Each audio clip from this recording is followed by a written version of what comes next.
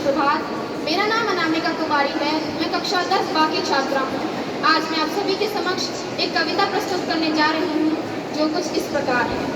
संस्कृति का विस्तार है हिंदी, भाषा का आधार है हिंदी। संस्कृति का विस्तार है हिंदी, भाषा का आधार है हिंदी।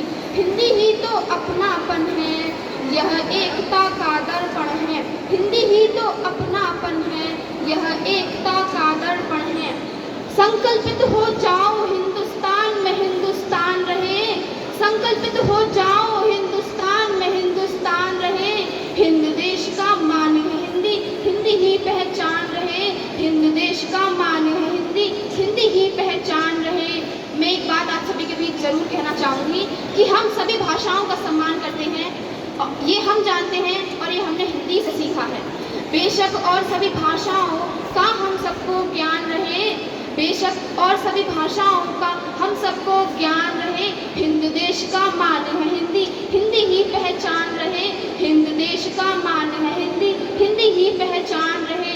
हिंदी से गौरवशाली परिवेश है, हिंदी से गौरवशाली परिवेश है। आओ जाने क्यों इतिहास विशेष है। जिन युवाओं को ऐसा लगता है कि वह किसी और भाषा में ही आगे बढ़ सकते हैं, मैं उन्हें बताना चाहूँगी कि आर्यभट्ट थे गणित के राजा, भट्ट थे गणित के तारे हिंदी से। चिकित्सा में धन्वंतरि हमारे हिंदी से। सूर कबीर मीरा तुलसी सम, अर्थशास्त्र चाणक्य का परचम। सूर कबीर मीरा तुलसी सम, अर्थशास्त्र चाणक्य का परचम। युगों युगों तक मात हिंदी का सर्वोपरि स्थान रहे। युगों युगों तक मात हिंदी का सर्वोपरि स्थान रहे। हिंद देश का मान है हिंदी, हिंदी ही पहचान रहे। हिंद देश का मान